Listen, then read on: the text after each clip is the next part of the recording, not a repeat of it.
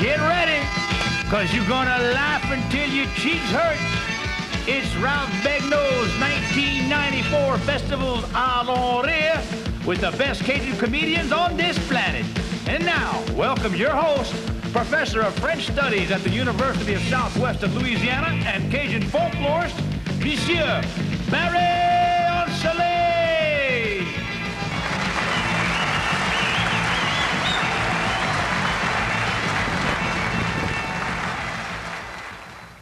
Welcome to Festivals Acadiens weekend.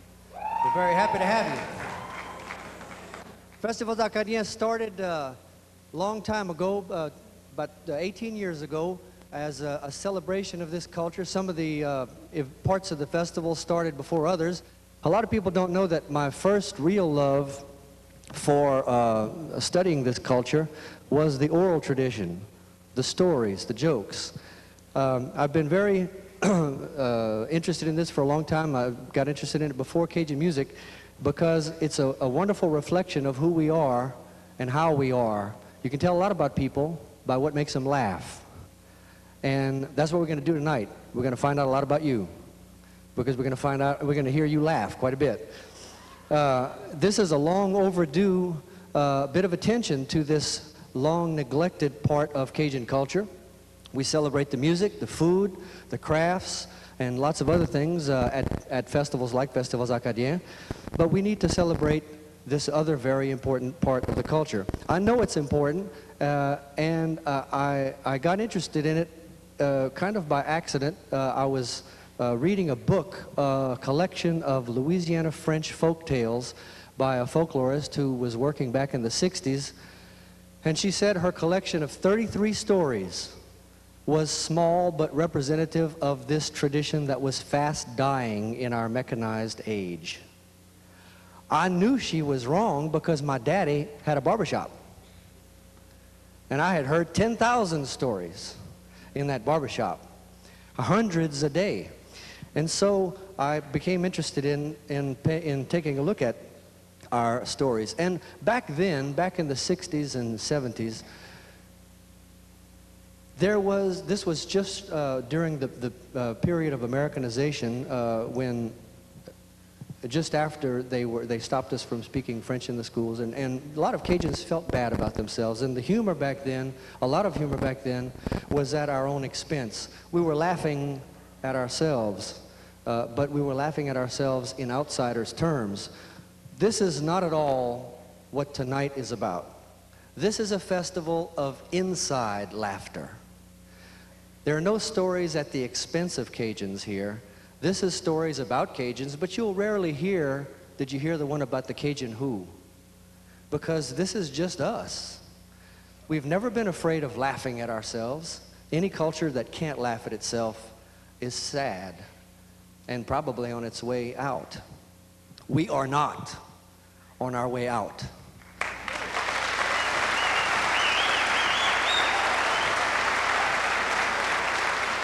If that book of 33 stories had been right, we probably wouldn't have anything to tell you. But here, 32 years after that was published, you're going to hear more stories in French from one of our performers, Mr. Ed Desautels, than were in the whole book. 32 years after they said we were dead. Every time they predict that we're about to die, the body sits up in the coffin and asks for another beer. We're not ready for an autopsy yet. We're still doing fine. A lot of the storytellers you're going to hear tonight were involved in such new forums for storytelling as the Liberty Theater show and the International Joke-Telling Contest in Opelousas every April. There's the organizer back there. There's a whole new vitality. And these storytellers that you're going to see tonight represent a new breed of Cajun storytellers who are taking a look around and seeing what's so funny about the way we live. In fact, the first man you're going to hear, Mr. Joe Lilly, he was born and raised in Breaux Bridge, Louisiana. He's been telling stories for a long time. And in 1989, he was the winner of the International Cajun Joke-Telling Contest. In recent years, he's made numerous appearances in various parts of the country, spreading his own brand of Cajun humor as far as he can. Would you please welcome Mr. Joe Lilly?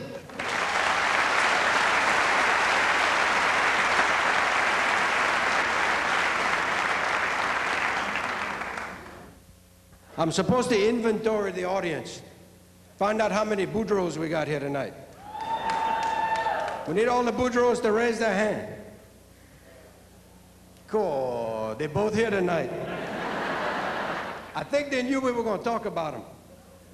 You know, the Boudreaux family decided they would get a little research done to figure out their genealogy.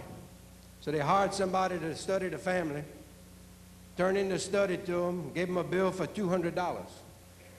They read through it, they called him back, they had to give him $2,000 to keep his mouth shut. Barry told you I grew up in Brobridge. We got any Brobridge people here? All right, go Brobridge, all right. We got 3 old maids that live in Brobridge. Y'all know who they are, you people from Brobridge. 2-story house. 2-story house they live in. They sit down in the kitchen one night, they just finished supper, and one of them says, you know, she said, it's getting kind of late. She said, I think I'll go upstairs and take a bath. So she goes on up the steps, she goes in the bathroom, starts putting water in the tub, takes her clothes off, looks back at the tub. She says, now, was I getting in the tub or coming out the tub? So the 2 downstairs are kind of listening, you know. And one of them says, I think I'm going to go up and check on her. So she takes on up the stairs, and she gets about halfway up, and she stops, and she looks around. She says, now, was I going up the stairs or coming down the stairs? Well, the third one, she hears all that commotion. She says, my, those 2. I'm sure glad I'm not like them. Knock on wood. She says, now, was that the front door or the back door?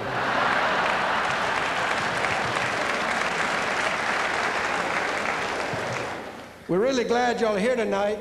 We know we had some competition for comedy. Those of y'all that came here, and then if you really wanted some good comedy, you could have stayed home and watched Clinton on TV.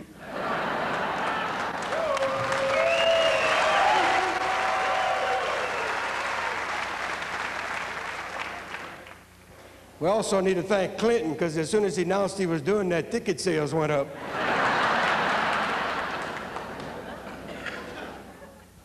I got to tell y'all about my buddy Hebert, too. It's not just the Boudreaux.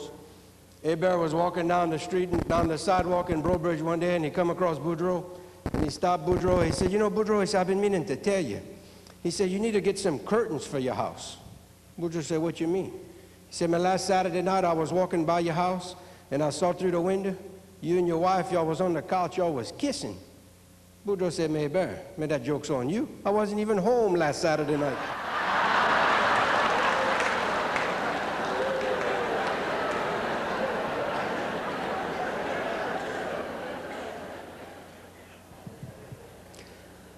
Y'all remember a few years ago when the Pope came to the U.S.?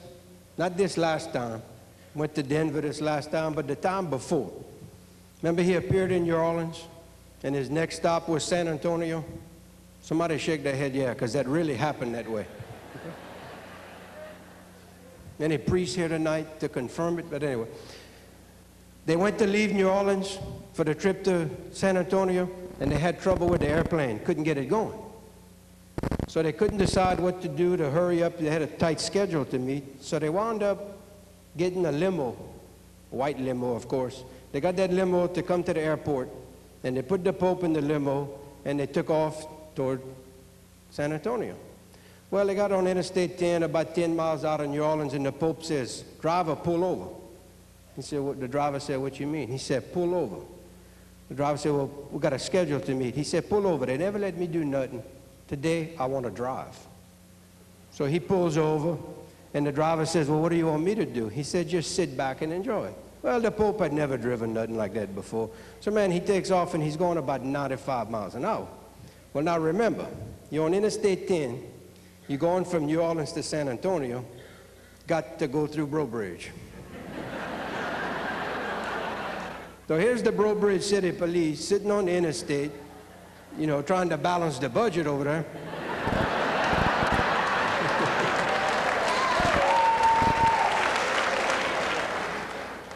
And here comes this white streak going by, you know?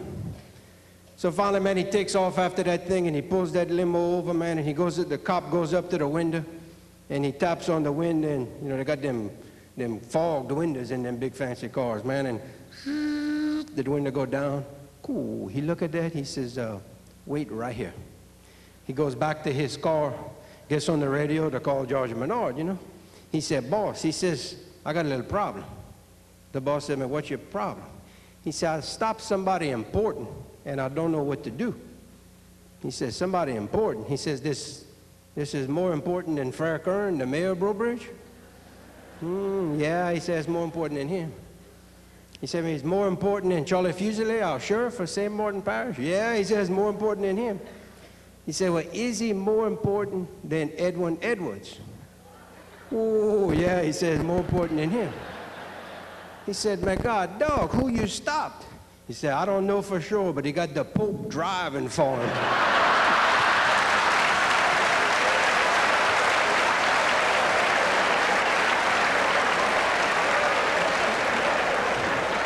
Well, y'all doing good tonight.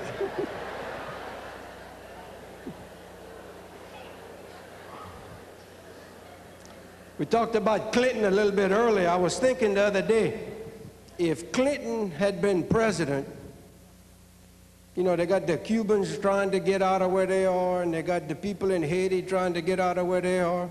If Clinton had been president when the Acadians got run out of Nova Scotia, we'd probably be eating gumbo at Guantanamo Bay right now. Be crowded, too. I understand as soon as we take over Haiti, we're going after Jamaica, man. Hey, everybody's making it on tourism. We just soon get in on it. Boudreaux was driving down the highway one day, man. He look in his mirror and he see a state trooper. Man, he floored it. Shoom, took off, man. That state trooper said, man, what is this guy's problem? So, boy, he chased him down, man. That syringe going full blast, you know. And finally, he catch him. He pull him over. He says, sir, he says, let me see your driver's license. So, man, Boudreaux pulled out his driver's license. He said, Mr. Boudreaux, any particular reason you're driving so fast? He said, yeah. He says, about 2 years ago, he said, my wife, she ran away with a state trooper. He said, I thought that was you bringing her back.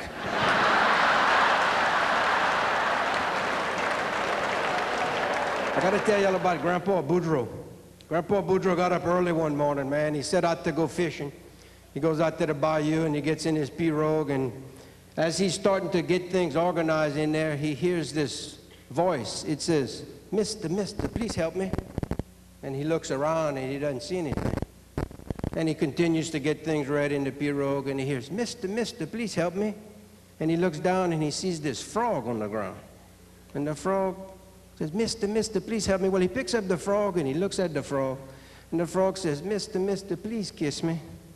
I'll turn into a beautiful princess. I'll be yours the rest of my life.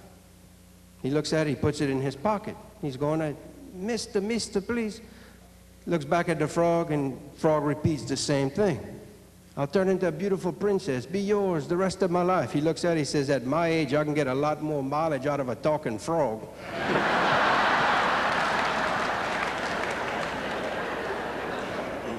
Boudreaux left home one time, man. He was going on a trip.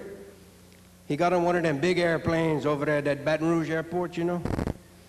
Man, he got on there and they take off. And Boudreaux had never been on an airplane before where they assigned him a seat. He had to sit in that certain seat, you know. So, man, he goes in there, he sits in that seat. Right next to him, they got a Catholic priest. Boudreaux knew that because, you know, he had his collar on. Them priests, they wear that when they're going where you got to pay to get the clerical discount, you know. So anyway, he's sitting next to that priest, and he's minding his own business, man. And they take off, and the stewardess come around, and that's when he found out you can buy some beers on those airplanes, you know. So, man, he bought him a beer, and he drank that real fast. And that priest kind of noticed that, you know, he's drinking that beer fast. And Boudreaux ordered him another beer, man, and he guzzled that down real fast. The priest is looking at him. Man, the third beer, he drank it fast. Well, them beers started working, you know. And man, Boudreaux started kind of getting a little fresh with that stewardess, you know. So, boy, that was aggravating the priest, but he never could he never could get a word in to try to explain to him that he shouldn't be doing that. So finally, man, they got up there to cruising attitude, and man, he cocked back in that seat, you know. And all of a sudden, man, he jumped up. And he said, "Oh, Father," he says, "I was just kind of wondering, by chance, you don't know what causes arthritis?" The priest thinks, he says, "Nah, I can get to him." He said, "Yes, my son, arthritis is caused by excessive drinking and improper behavior with women." Ooh, Boudreaux says, "Man, I was just kind of wondering." Because he said, "This morning I was sitting in that airport terminal there. I picked up the USA Today newspaper. It said the Pope got arthritis."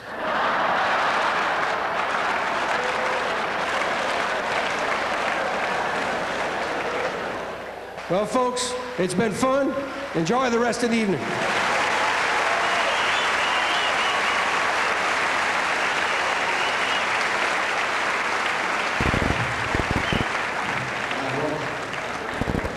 Mr. Joe Lilly, how about that?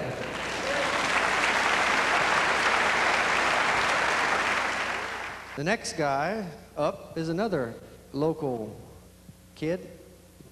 He's a native of Opelousas, but he smartened up and moved to Lafayette. No, I'm just kidding. He lives in Lafayette now. Just kidding. I like Opelousas.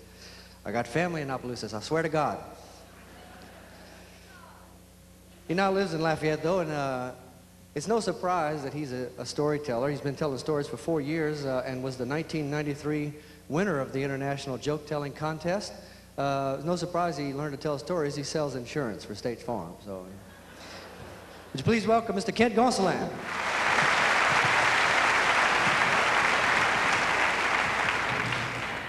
How y'all do? I got to know something before I start. How many real Cajuns we got out there? Push your hand up for me. I hope the rest of y'all are not Yankees. Because you know what my Uncle Borgar say about Yankees. Them Yankees, they're just like hemorrhoids. If they come down and go back up, they're all right. But if they come down and stay down, they're a pain in the behind. I'm all upset about my cousin Kusum. He lost his job. He been working at the Fruit of the Loom plant over in St. Montville at the Draws factory. Been working there, that's 5 years, him and his brother Papoose. They laid him off just like that after 5 years. You're not gonna believe. But Papoose come home one day, he said, "Kusum, you're not gonna believe what I found out. We can get paid for getting laid off. They call that unemployment, boy." He said, "Oh, let's go. We're going to the office there."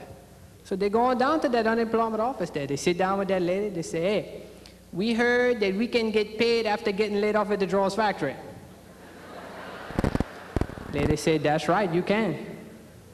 She said, "First you got to tell me what you do at the Draws factory there." Kusum said, "Me, I am the crotch stitcher." She pulled out that book like that, boy, she looking around. She said, "Man, crotch stitcher. Oh, that is." He said, "You make $50 a week, you're gonna get a check for." That's what I'm talking about. He said, "I go home, collect my $50. Look at Papoose. He said, "Man," she said, "What you do?" He said, "Man, I am a diesel fitter." Oh, heavy machinery book there. Put that out, boy. Diesel fitter. Oh, that's $100 a week. Kusum said, "Hold up. What you mean he get $100 a week, only get 50? Man, you just the crotch stitcher," she said. "He work with heavy equipment and machinery there. He's a diesel fitter, man. That's much more important." He said, "Lady, sit down, because I'm going to tell you how it is at the Draws factory." Me and Papoose work in the women's underwear line. When them cassons come down that line, I am responsible for the crotch there. Got to make sure it's smooth, no rough edges like that. I got the most important job in that plant. And when I'm through doing my job, I passed that on down to Papoose. He hold that up. He said, "Me diesel fitter."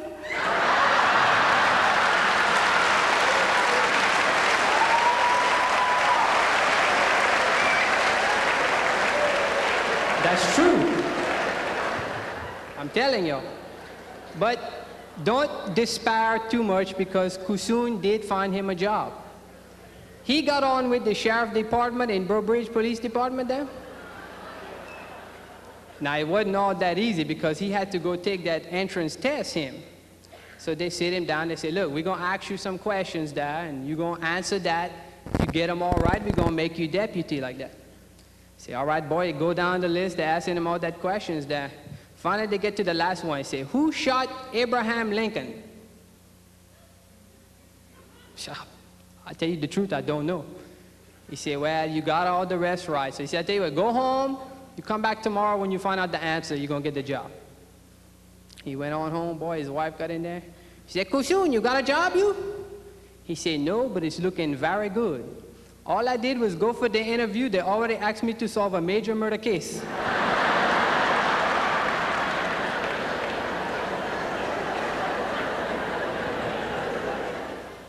I got to ask y'all this. How many married people we got? Push your hand up in the air. They're married people. Ooh, that's a lot. You see, because I'm struggling with this. I'm married. I hadn't quite celebrated my 2-year anniversary there. My wife, she's somewhere out there. Now, one couple of things I don't understand about getting married. See, when you're a Cajun, boy, you got to get married quick. Man, your mama wants you out the house. In fact, you don't reach, if you're not married by the time you turn 18, boy, you best got out the way. Now me, I drove my mama crazy. I didn't get married till I was 27. And she had a heart. I was bad as a child, man. My mom had one of them mood rings, you know, like that. One of them rings that turned a different color depending on your mood. When I was good, boy, that ring was a nice, pretty blue color. When I was bad, I had a big red mark right about there.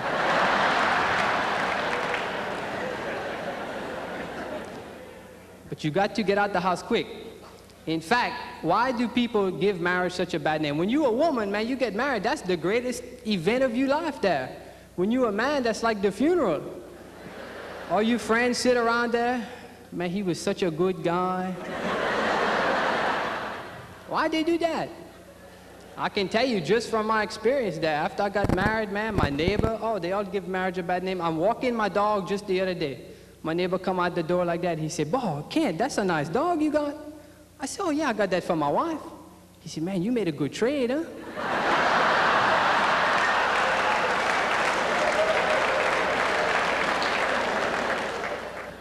The other day, my wife and I are sitting around on the couch, boy, and she snuggled up next to me. I got my arm around her. She said, "Man, honey, I love you so much." She said, "I don't know how I would live without you." She said, "When we get old, I hope I die first." I said, "Me too."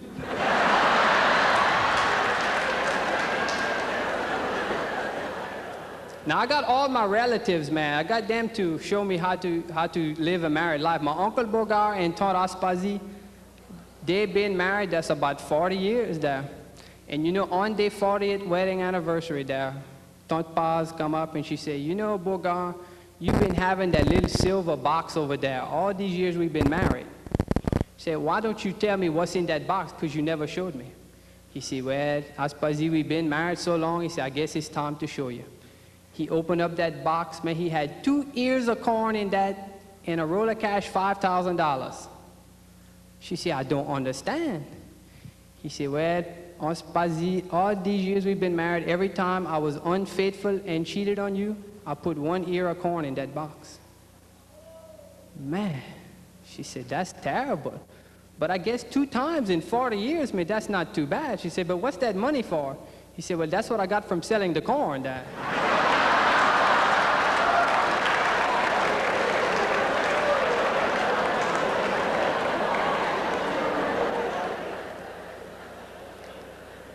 You know, it's a very romantic story how they met, Aspazi and Bogar.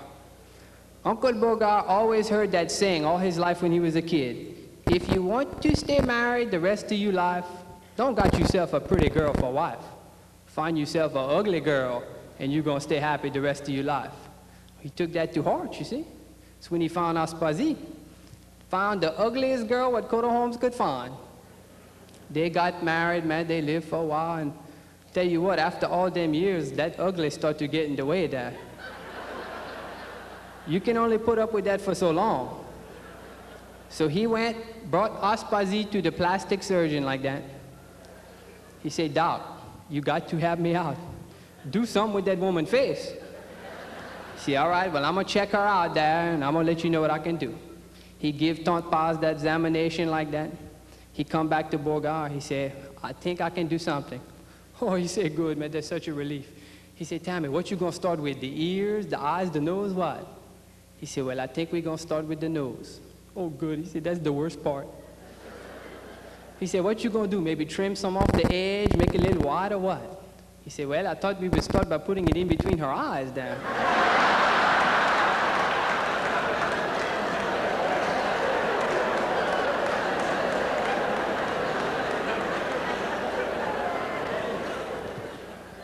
Now, as I talk about Tante Aspazi, you Cajuns out there, you probably got a Tante Aspazi in your family. About 75 years old, mean like everything, and every time you talk to her, she got to tell you about her medical problems. In fact, I want to do something. I'm going to try to show y'all what she looked like, and you're probably going to recognize her.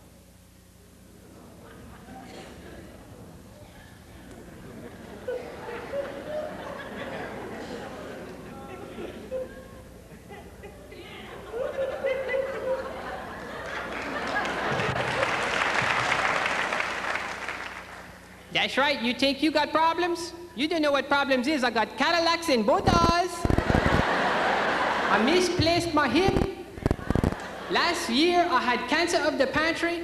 I ended up in one of them expensive care units. I had scat scams and KGBs and everything. And let me tell you something else. I went to the doctor yesterday. I said, Doc, man, I hurt everywhere. Every place I touch, I hurt. Look, ay-ay. Ay-ay. So he checked me out. He said, your finger's broken.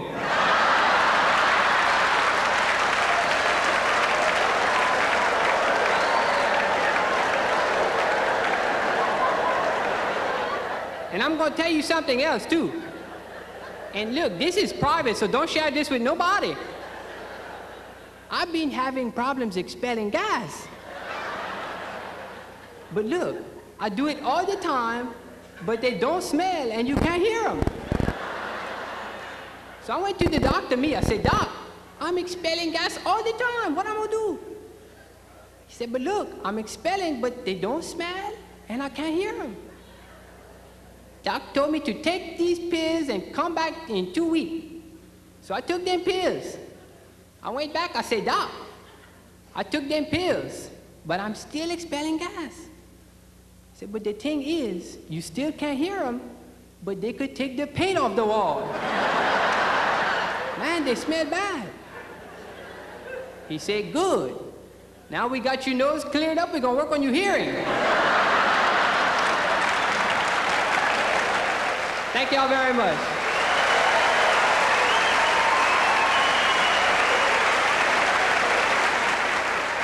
Mr. Kid Gosselin.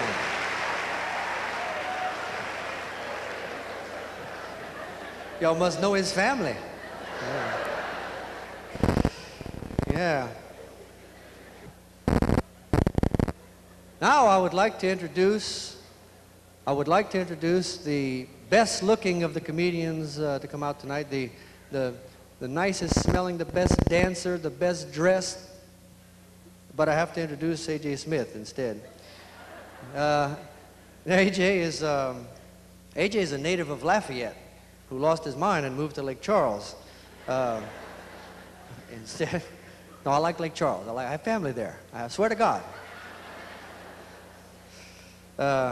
Actually, he lives in Moss Bluff, and he's chairing a civic committee in Moss Bluff to incorporate and stop the ugly spread of the little communities around. He has appeared on the Nashville Network. He's a regular at the Liberty Theater show in Eunice. And he's one of the funniest guys I know. He's also took a look at his family and came up with some remarkable people to rival Boudreaux and Thibodeau in Knock Font Quilot and Loveless. Would you please welcome Mr. A.J. Smith?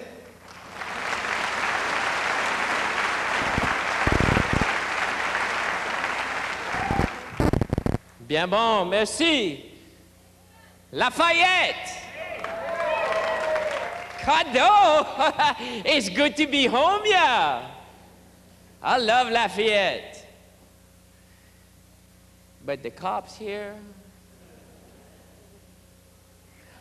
I know. I was in a rush coming because I had to get here from Lake Charles like that. I was speeding, the police saw that, pulled me over on the side of the road.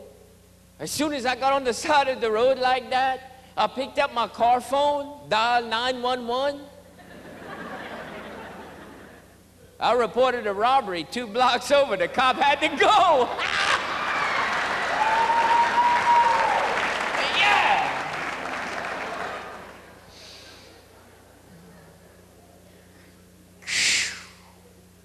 And I don't know about y'all, but this time of the year, the season like that, I get that sinus. Y'all get that? Clap if you get that. Yeah, I'm talking about, oh, the sinus headache. God, dog. And I saw on TV the other day, they said the sinus headache that's caused by swollen tissue.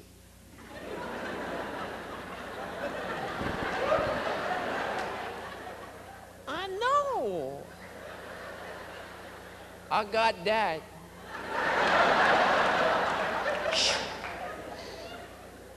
And then I saw another commercial on TV for this product that shrink swollen tissue.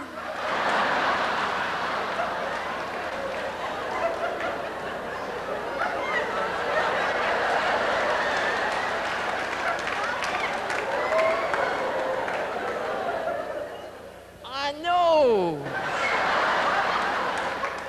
Oh, you call that separation itch, though? Cool. It works. It works. You put one in each of your nose like that, though.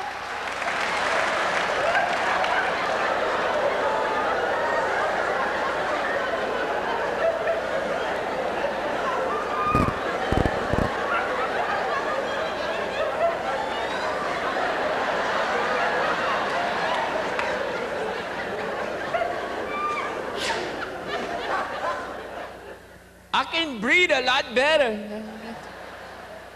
But God, when I blow my nose, I leave skid marks now. And that's not pretty new. And I get that a lot because I travel a whole bunch. I'm what you call a Cajun migratory worker. I travel from festival to festival, picking up beer cans now. And during the off-season, I hit the mobile home parks, pick up the cans behind the trailer like that, nigga. But I didn't always have this job. For a while, I was a commercial fisherman, but the game warden picked up my dynamite.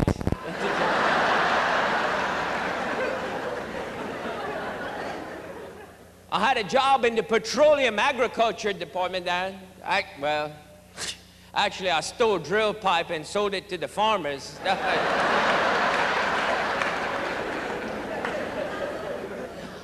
And I gotta tell you, traveling around like I do, I find out it's invigorating to me to find out what people are doing that have lost their jobs, especially in that bad economic infection like we got there, you know.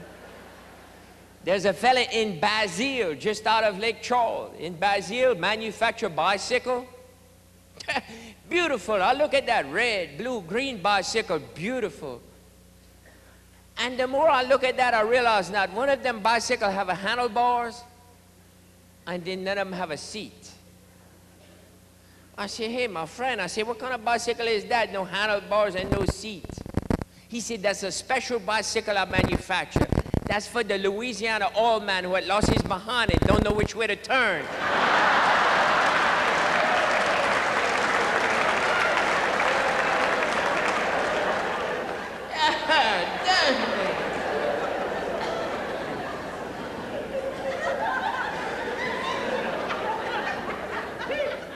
You've been there, huh?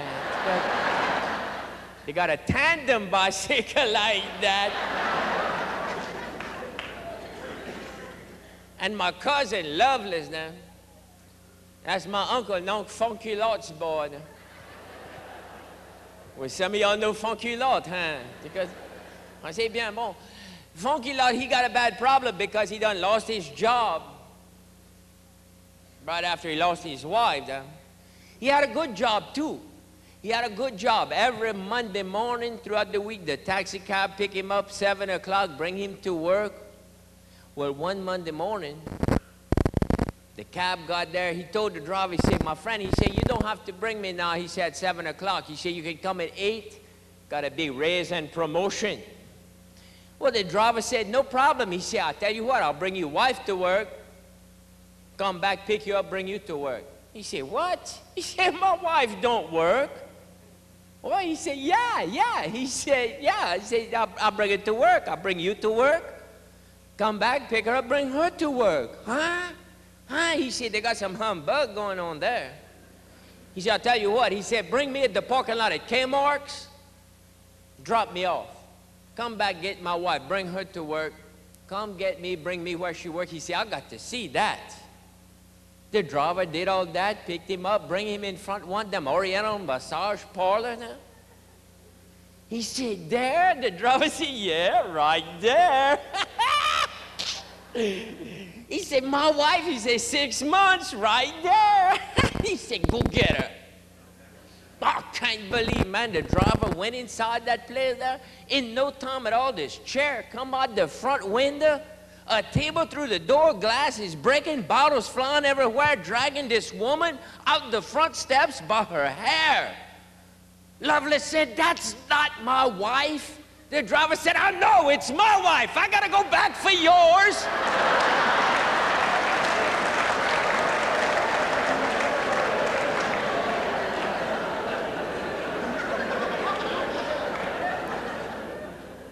And he took to drinking after that. I said, Lovelace, how long can you go without drinking? He said, about 2 blocks. It's like, well, I asked him, I said, since you got laid off from your job, what you been doing to make money? And he said, I got a nutria farm.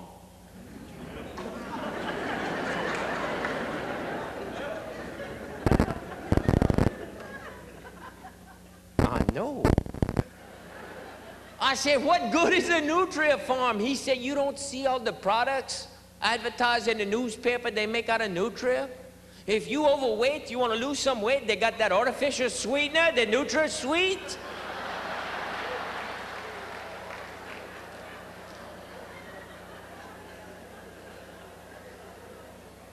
And you women got that beauty soap, that complexion soap, Neutrogena.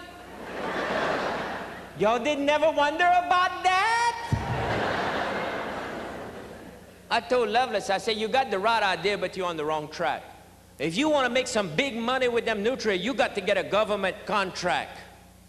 Can you imagine how many Nutria-powered submarines they got up and down the Mediterranean right now?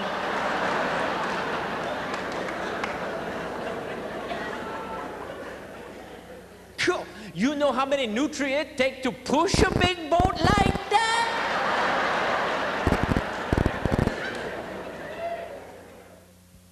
I don't know how many of y'all know that in Lake Charles we got the gambling casino on the lake there. By applause, how many have been to the casino? By applause, let me hear y'all. We got a few, They're carrying it too far. Because now we got video parking meters. I parked the other day, I put a quarter in the parking meter like that, I pulled the handle, I lost my Buick.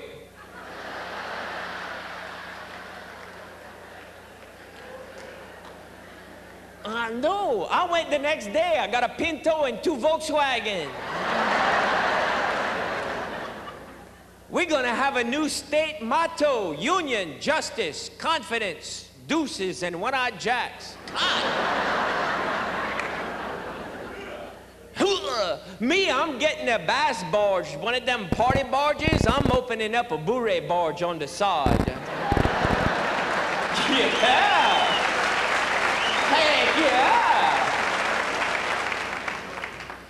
card table, 4 chairs, ice chest of beer. Yo, come on down! Come on down! Heck yeah! And if you hadn't been, this is the way where you park over in the parking lot and you ride the bus and you get to the landing. Well, me and Lovelace did that. We took the truck, parked, rode the bus. By the time we got to the landing where they bring the boat, this fella come running across from over there, the parking lot, hollered about, who's that got a Great Dane in the pickup truck back there? Who that owned that Great Dane back there in the pickup truck? And Lovelace said, hey, that's my dog. What's wrong with you? Oh, he said, well, my dog just killed your dog. Huh? He said, what kind of dog you got killed? A Great Dane. He said, a Chihuahua. No.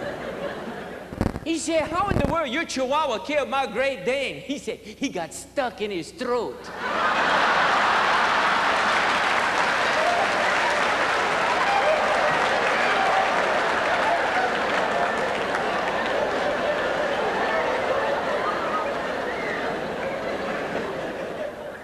As soon as we got on board, Lovelace said, man, where's them one-armed bandit? He said, I gotta play the slot machine. He said, I need them slot machine. I said, look, they're all over there. Play all you want. Me, I'm gonna be at the blackjack table. That's my game, blackjack. In no time at all, Lovelace was over there with a sack full of quarters. He said, Smith, look at that, look at that. I said, what? Where'd you get that? He said, shh. He said, they got a machine what's broke over there.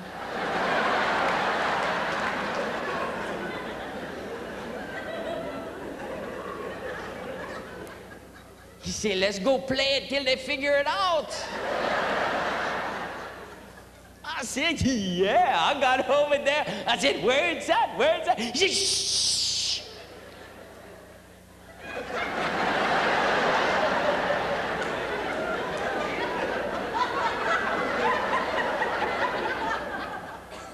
I said, that's the change machine.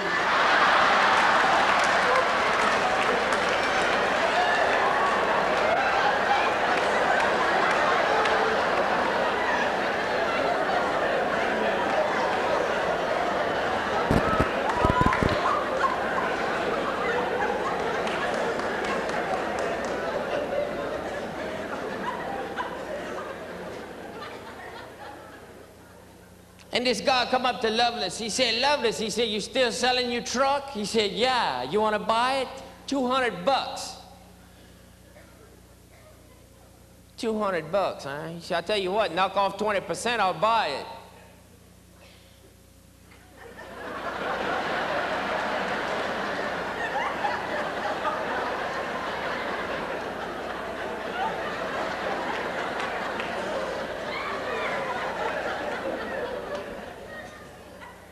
She said, wait a minute.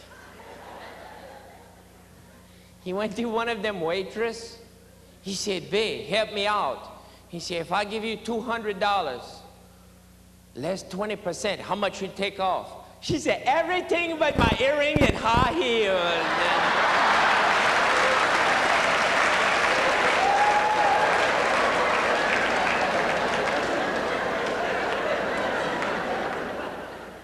And he come by that honest year because he never finished 3rd grade. In 3rd grade, man, the teacher was writing on the blackboard. She had to raise up high to write like that.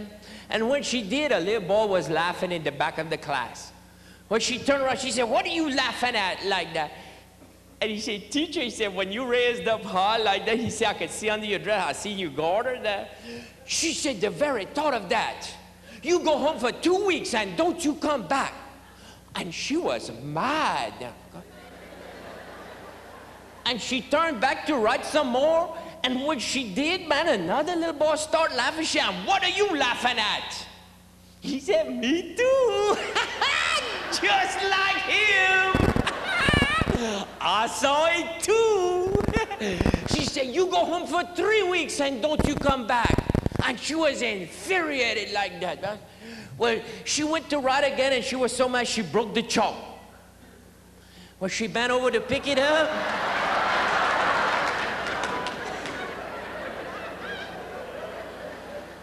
Lovely, see him, he just start packing his bag.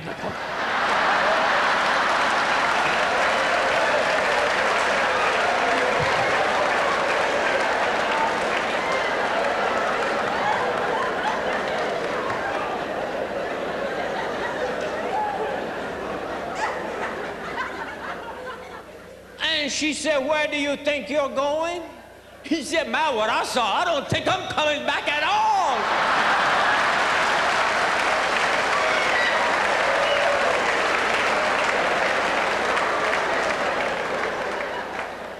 Merci bien.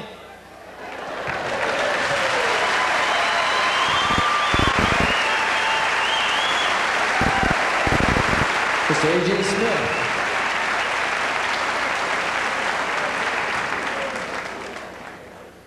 I told y'all he was crazy. The next storyteller that we're going to be hearing is a man who's very dear to me. He was one of the first people that I met when I started collecting stories back in 1974. And the point of that storytelling venture was to collect stories in French. He and his brother B were among the first people that Ralph Rinsler recorded and worked with back in 1964 when the Newport Folk Festival and the Smithsonian Institution began sending people down here to help us, to remind us of the value of our culture. He's not a stand-up comic like some of the other people that you're going to hear tonight. He's a storyteller. He performs most often at the grocery store down the road. And his wife tells me that he is perfectly willing to stop work on his tractor and run over to that grocery store when he thinks of a story, leaving the work in the field. And he tells us stories in French. So for those of you who don't understand, he has one story in English. For those of you who don't understand, tap the person sitting next to you and I bet you they can help you out. And I'll ask you to understand that this is a very important part of this evening because the new stuff has all been told in English, as you heard, and that's a very important part of our transition, I suppose. But the old stuff is important too. It's the roots. It's where we come from. And that language represents a very old sense of humor that is very, very important to avoid losing. Let me put it to you in another way. Is Jolie Blonde sung in English still Cajun music? It's very important to preserve this, and we're very delighted that he accepted an invitation to come with us tonight from Riedel, Louisiana, and Mamou. Would you please welcome Mr. Ed Desertel. Merci, Barry. Il y avait une vieille femme un jour, elle a reminisce sur la passé. Alors, ça a été après passer des portraits. Et elle est venue sur un tout petit portrait, c'est un portrait de son mari. Elle s'est mise à jongler, voir qui elle pouvait faire avec ce portrait. Alors, ça a été à la shop et elle a demandé à un photographe. Elle dit, tu peux faire quelque chose avec ce tout petit portrait? Il dit, madame, moi je peux faire n'importe qui tu veux avec ce portrait. Elle dit, j'avais jonglé de le faire grossir. Il dit, je peux le faire aussi gros que vous le voulez. Comment gros vous le voulez? Bien, elle a dit, elle voulait. Et ils ont pris la mesure. Elle dit, j'ai été dit que tu pouvais le mettre en couleur. Oui, il dit, je peux le mettre en couleur. Il dit, d'autres choses, madame? Elle dit, la cicatrice, il a sur sa joue. Elle dit, tu peux y ôter ça? Il dit, oui, madame, si vous voulez, je vais y ôter. D'autres choses, madame? Elle dit, tu connais, je l'aimais mieux sans sa moustache. Et elle dit, là, il a cette moustache. Tu peux y ôter cette moustache-là? Oui, madame, il dit, c'est pas de trouble du tout, je vais y ôter. Il dit d'autres choses, madame? Elle dit, quand il était jeune, il a pris ce portrait. Il était connu pour avoir les plus beaux cheveux qu'il y avait. Elle dit, tu crois que tu pourrais y ôter ce vieux chapeau, là? Il dit, ouais, madame, si vous voulez ôter le chapeau, on va y ôter son chapeau. Il dit d'autres choses, madame? Elle dit non.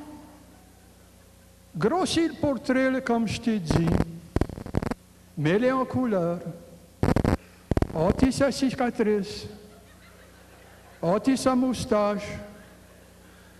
Et ôtez son chapeau. Il dit, madame, vous se rappelez à quel bord de sa tête il séparait ses cheveux?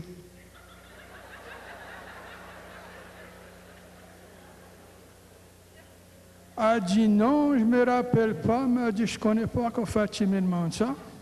Elle dit, tu vas voir et quand quel bord de sa tête il sépare ses cheveux quand tu vas y ôter son chapeau.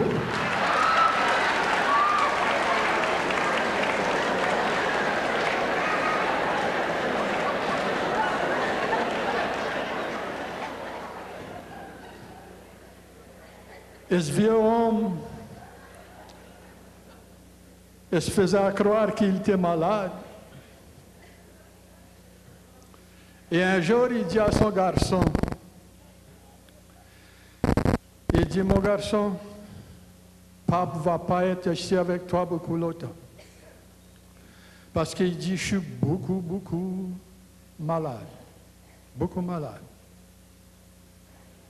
Son garçon dit, qu'est-ce qu'il y a de wrong avec toi? Bien, il dit, je ne connais pas. Il dit, c'est ça qu'il trouve. Il dit, il n'y a pas de docteur qui peut trouver qui sait qu'il y a de wrong avec moi. Son garçon dit, écoute, pape, demain matin, il dit, je vais faire un appointement et on va aller voir mon docteur en moi. Il dit, il est jeune, il est up-to-date, il a du nouveau equipment. Et s'il y a quelque chose de wrong avec toi, je te promets que lui, il va connaître. Alors, c'est le lendemain, ils ont été voir le jeune docteur. Le jeune docteur l'a bien examiné, d'un bout à l'autre. Et quand il a fini, il dit au vieux, il dit, Pape, il n'y a absolument rien, il dit, que moi je peux faire pour toi. Absolument rien. Mais il dit, je connais que c'est y a wrong avec toi, et si tu veux t'aider, tu peux revenir Gaïa. Il dit, Pape, il dit, t'as pris t'abuser à faire l'amour. Le vieux homme me dit, qu'est-ce que c'est à dire, Doc? Il dit, trop d'amour pour votre âge. Trop d'amour pour votre âge. Alors, il a demandé au docteur, il dit, qu'est-ce qu'il faut que je fais? Il dit, pour y revenir Gaïa. Bien, il dit, la seule chose que tu as besoin de faire pour y revenir Gaïa, c'est couper l'amour des moitiés. Le vieux homme l'a jonglé un bout de temps. Il dit, c'est tout ça que j'ai besoin de faire, c'est couper l'amour des moitiés. Le docteur dit, coupe l'amour des moitiés et tu vas revenir Gaïa.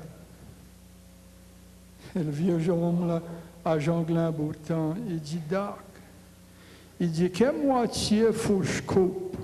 Et le jonglage ou le parlage?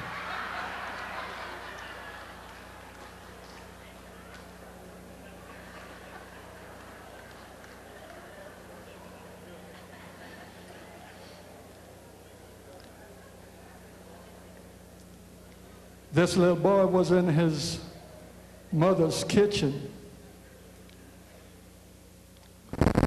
And she said to him, she says, son, take this bucket, go to the bayou, and get mama some drinking water. And she said, walk in the bayou, go up where the water is clear and where there's a good current and the water is fresh, and bring mama some drinking water. So the boy took the bucket, he went to the bayou, and he came right back. So when he came back, his mother asked him, she said, son, where's my drinking water? He says, in the bayou.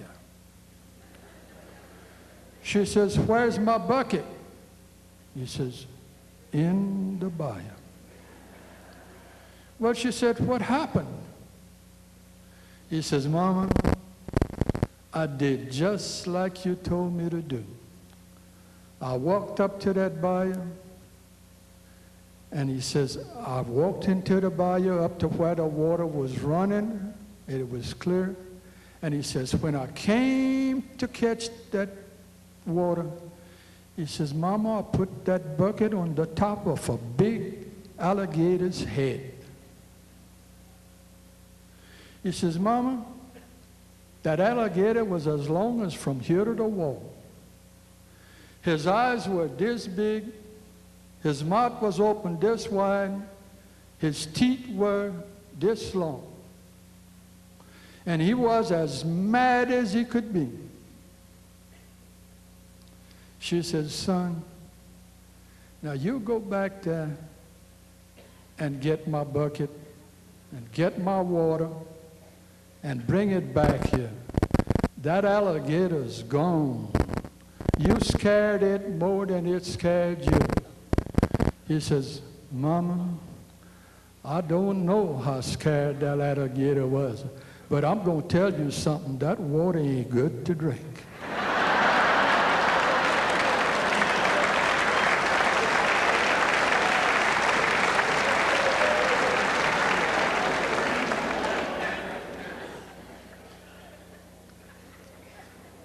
Si Pierre avait un clos de maillis,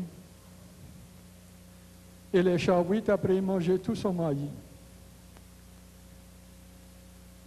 Alors, il ne voyait pas assez bien pour tirer à la carabine, pour tuer les chaouites.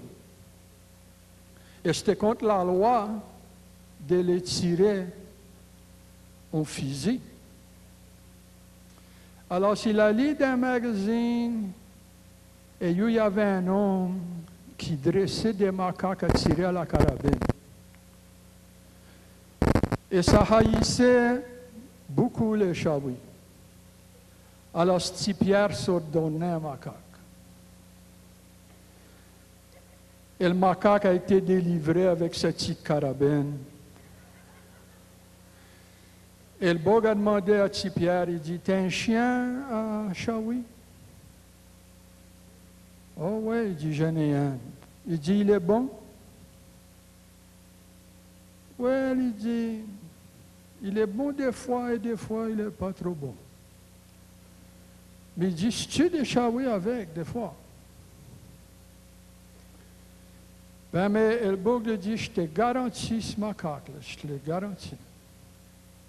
Et quand le macaque a été délivré, si Pierre ne pouvait pas espérer pour aller avec son macaque et son chien au chaoui. Alors c'est le matin, il est parti avec le macaque par la main, il s'en allait comme ça. Et quand ça arrivait au clos de maillis, au bord du bois, il a lâché le chien. Et le chien a été un arbre. Et quand il est arrivé, petit Pierre a attrapé la carabine, il l'a donné au macaque. Le macaque a monté dans l'arbre. Tout à l'heure, il a tendu la carabine. Et le chaoui a tombé. Ça repartit, il a été un autre arbre. Et quand il arrivait, il a donné la carabine au macaque. Le macaque a monté. Il a resté un bout de temps. Il a tiré le chaoui. Le chaoui a tombé. Ils ont fait ça 2 ou 3 fois. Et c'est venu à un mauvais arbre. Un arbre qui avait des piquants, on appelle ça des garoffiers. Et le macaque ne voulait pas monter. Alors, ce petit Pierre l'a encouragé jusqu'à tout à l'heure et le macaque l'a monté. Et puis, c'est tout graffiant, il s'est planté des piquants. Il a été en haut et il a resté. Jusqu'à tout à l'heure, il a descendu. Quand il a descendu, saillant, il était tout graffiant comme ça. Il était fâché, il est venu, il s'est planté devant le chien, il a tiré le chien entre les 2 yeux. Alors, Pierre a pris le chien, puis il s'est retourné chez lui. Il a pris le macaque, il s'est retourné chez lui. Et le beau qui avait vendu le macaque l'a appelé. Il dit, j'étais intéressé de connaître comment la chasse avait été. Bien, il dit, ça a bien été pour un bout de temps. Mais là, il dit, il était un arbre, et il ne voulait pas monter, mais je l'encourageais, je l'ai fait monter. Il a monté en haut, il n'y avait pas de chaoui, il a descendu, et il a tiré mon chien entre les 2 yeux, et il l'a tué. Et le bourgle dit, je connaissais, il y avait quelque chose que je devais dire, et il dit, j'ai oublié de dire. Il dit, il y a une chose que ce macaque-là va pas endurer. Il dit, ça, c'est un chien menteur.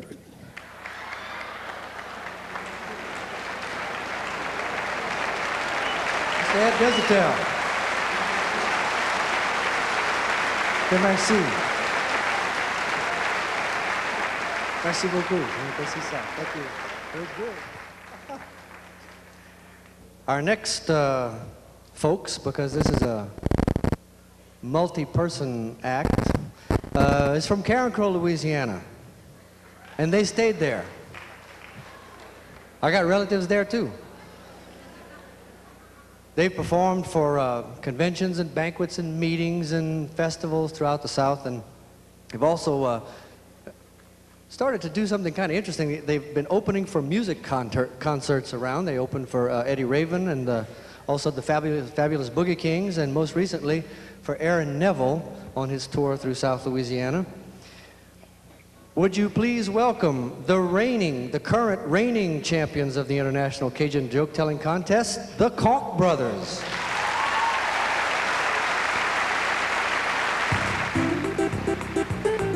Hey, Laba! Well, goodbye, Joe. Me gotta go, me oh my oh. Me gotta go pull that B-road down the bayou. My Yvonne, sweetest one, me oh my oh. Son of a gun, gonna have big fun on the bayou. Oh, jumble high in a crawfish pie and a peely gumbo. 'Cause tonight I'm gonna see my... Hello, is the manager in?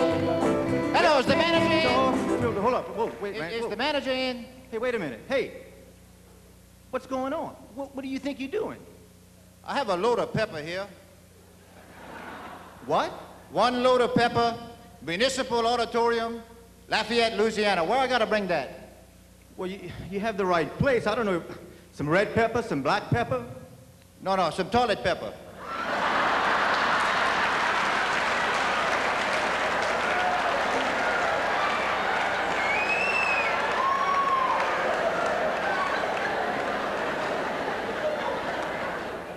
Don't you see all these people out there?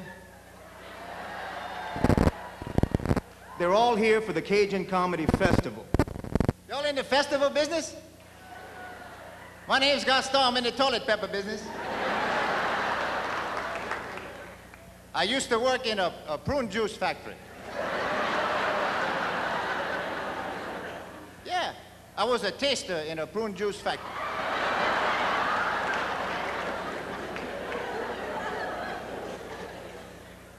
I quit that.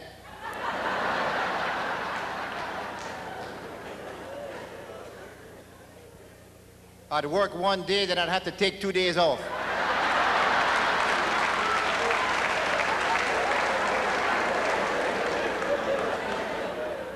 Just can't make no money like that. You have no idea how embarrassing this is. We're sharing the stage with some of the finest Cajun comedians in the world. We got Ralph Begnaud coming up behind us. Ralph Begnaud? Huh? Ralph Begnaud's here? Yeah. That's my buddy, Ralph Begnaud. Ralph lives, he lives in Maurice, Louisiana. That's my good friend.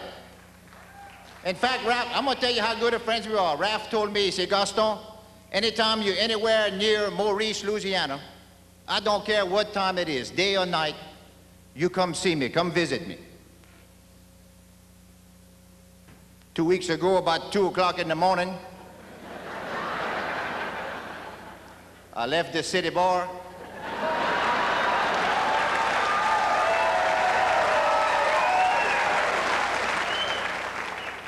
I said, I'm gonna go see my buddy Ralph. He told me to go visit him.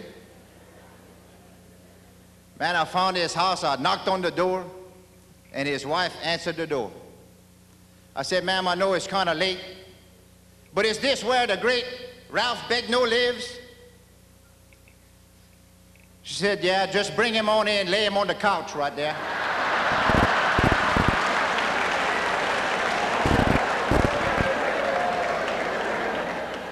Y'all got a show to do or something? Yeah, It's good to be back in Lafayette, Louisiana. Last time I was in Lafayette was back when I was in high school for a championship baseball game. Karen Crow High School was to play Lafayette High School. Can you imagine that? A little town like Karen Crow?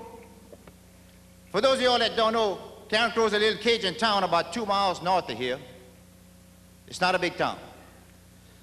Our phone book, we got one yellow page.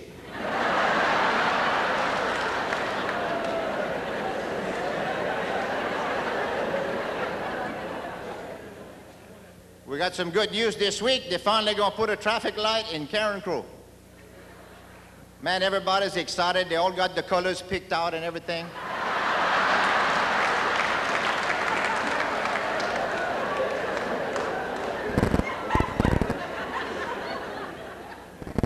Last week, we had to close the library for half a day. Somebody checked the book out.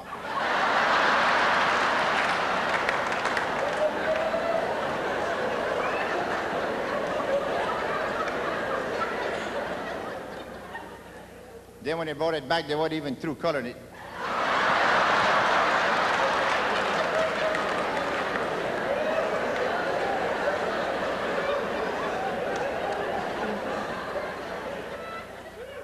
Our coach back then was Coach Roy Vizet. Coach Vizet was a good man. He had one bad habit. He hated empires.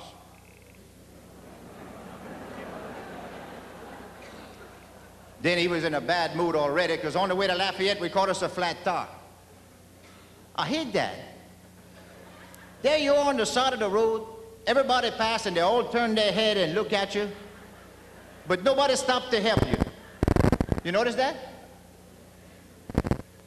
Finally, one of them state petroleums drove up.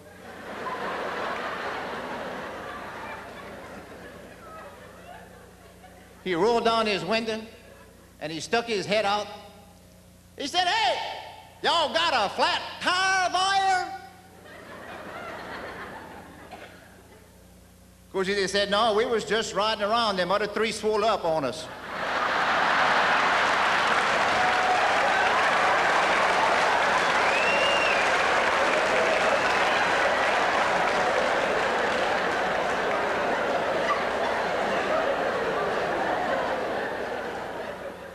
But we made it to Lafayette. We got here, buddy. We got here, and that ball game barely got started, and them empires started messing up. I want y'all to understand one thing. You see, Lafayette didn't want no empires from Karen Crow, and Karen Crow didn't want no empires from Lafayette. So they brought in some empires from Alexandria. That was all right except for one thing, they didn't understand Cajun French. that ball game barely got started, and that home plate umpire started messing up. Coach Vizay come running out the dugout. He went straight to that home plate umpire, looked at him right between the eyes. He said, "Eh, mon demi-crapaud, toi, là. Qu'on avec toi, t'es fou?"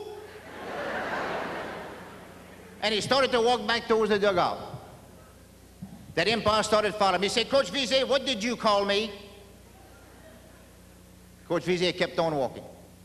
He said, "Coach Vizay, what did you call me?"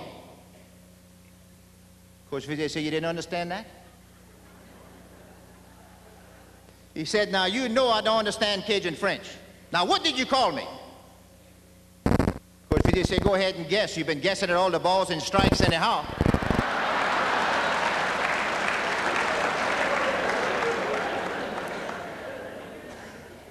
That umpire said, "Coach Vizay, let me tell you something right now. When you get between these two white lines on this here baseball field, I'm the boss. You understand that? B-O-S-S, boss."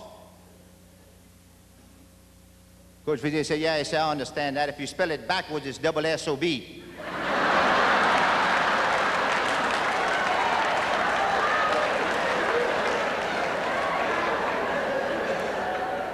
That umpire said, "Coach Vizay, don't get smart with me." He said, "I'll bite your head off." Coach Vizay said, "You don't want to do that either. If you bite my head off, you got more brains in your stomach than you got in your head."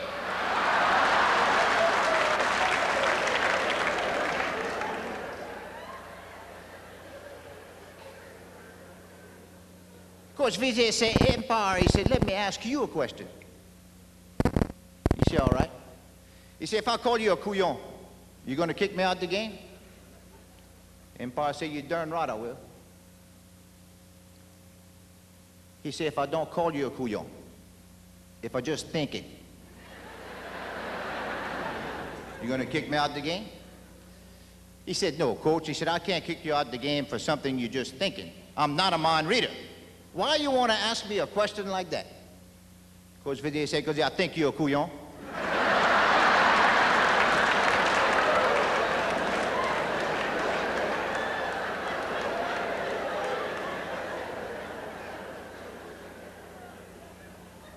Don't let me interrupt your show or anything.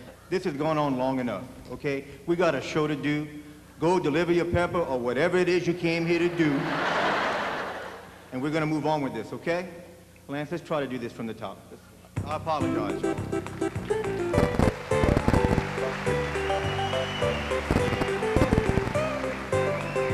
Jambalaya and a crawfish pie and a filet gumbo. 'Cause tonight I'm gonna see my share of meal. Well, big guitar, fill fruit jar, and Keeyaw. Son of a gun, gonna have big fun on the bayou.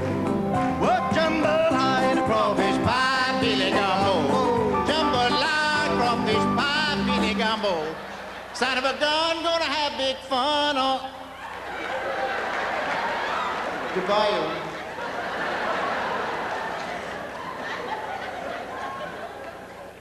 Now you're really making a fool out of yourself. You really are. What do you think you're doing? I always wanted to be a moving star.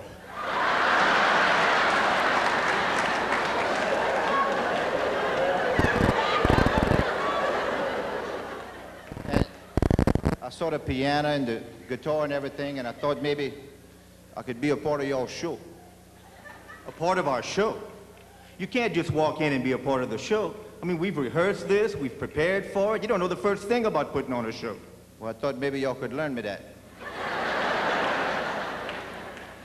You don't know the first thing about it. I mean, there's a lot that goes into it. We do an opening song, and then we kind of chat with the people a little bit, let them know something about us, and then we go ahead and do our songs that Let them know a little bit about yourself. Well, that's what we do. Okay. Ladies and gentlemen, at this particular time in my show, I'd like to tell y'all a little bit about myself. My name's Gaston. I come from Carrickville, Louisiana. I come from a wonderful family. My grandparents, wonderful people. They just celebrated their 50th wedding anniversary. 50 years of marriage. That's nice, huh? That morning, my grandma told my grandpa, she said, Pop, what you say I go and kill a chicken and make a gumbo? Pop said, why you want to blame a chicken for something that happened 50 years ago?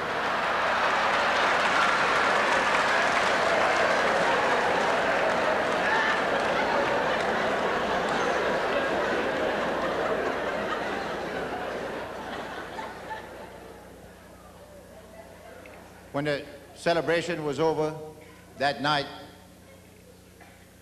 Grandma turned to Grandpa. She said, Pop, I'm proud of you. He said, eh? She said, Pop, I'm proud of you. He said, eh? She said, I'm proud of you. Oh, he said, I'm proud of you too.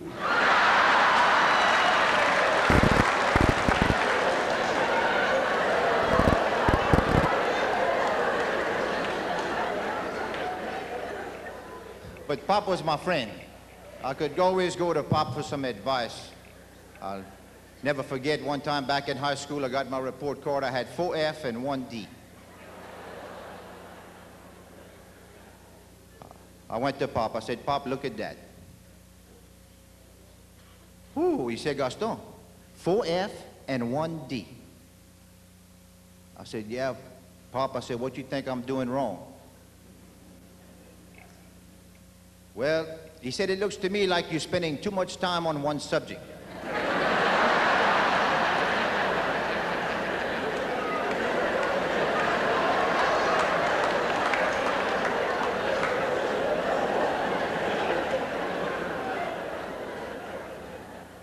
Man, when I showed my report card to my daddy, that was a different story. He got mad, man. In fact, I went right back to school, and I went straight to my teacher. I said, teacher, look, I don't want to scare you. But my daddy said if I don't start making better grades, somebody gonna get a whipping.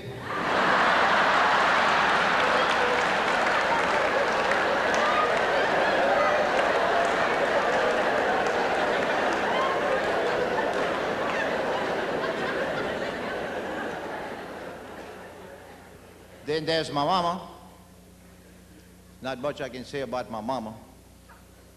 See, when I was young, she never would breastfeed me.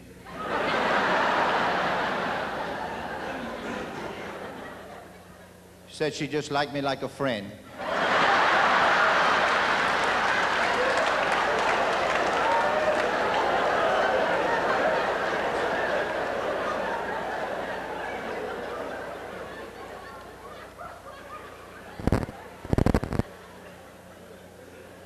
Tell you all about my Uncle June.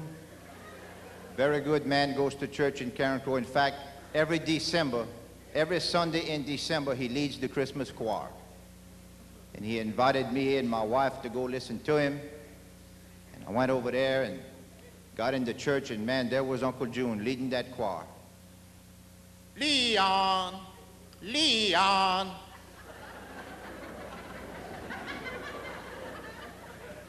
I went up to him, I said, Uncle June, if you take that song book and turn it around, it said, Noel, Noel.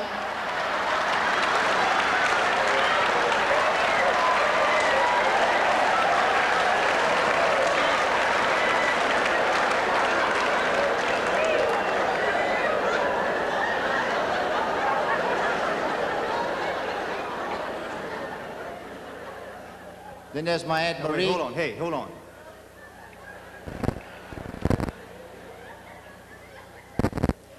You're missing the point. I'm talking about an introduction of the band, not a life history of yourself.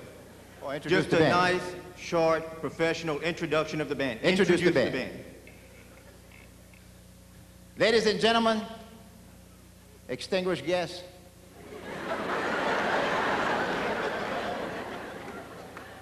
I'd like to thank y'all for letting us come up here and expose ourselves in front of y'all.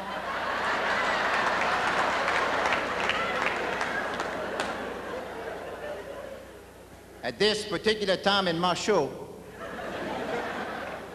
I'd like to introduce the band.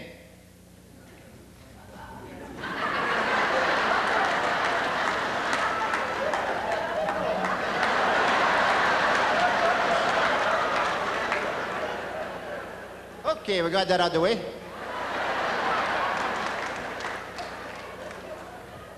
This isn't working. Let's try something else. Look, I tell you what, this is the part of the show where we do our original song. So if you want to back off and let us do that, we can continue on with that part of the show.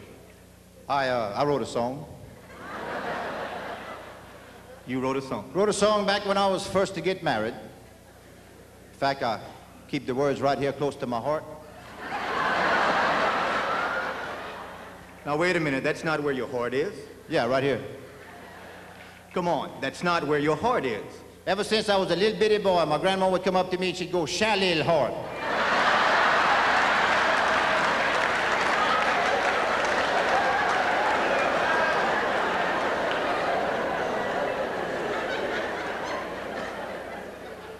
How you gonna do a song with us?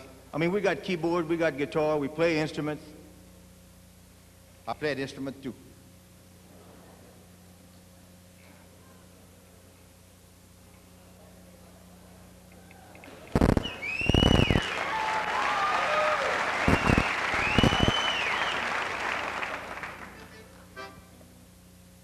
Ladies and gentlemen, this is a Cajun French accordion, sometimes known as a Carenco air compressor.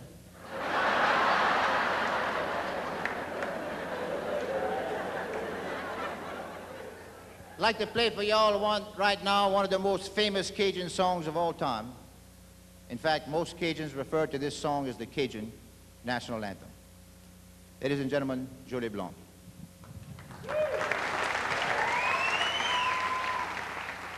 Okay, Lance, let's try to follow this guy. Well, in C. Okay, ready? 2, Hold on. 3, Something's 4. not right here. What's the I matter? told y'all this was the national anthem. You're supposed to stand up for the national anthem. Now, come on, everybody stand up. Thank you.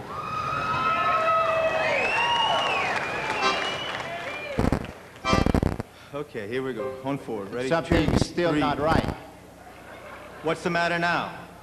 For the national anthem, you're supposed to put your hand on your heart. Everybody put your hand on your heart.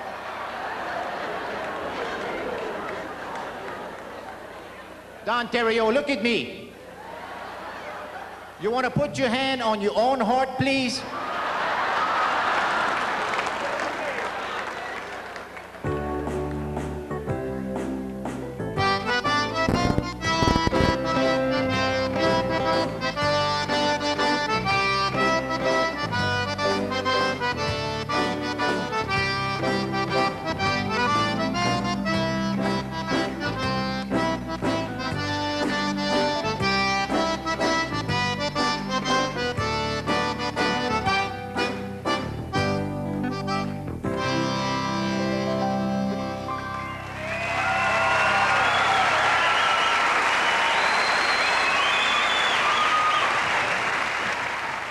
Ladies and gentlemen, I want to thank you all for that nice round of applause. Kind of make me feel like the baby that just wet its diaper. Might not show on the outside, but it sure gave me a nice warm feeling on the inside. Thank you. For the Koch brothers.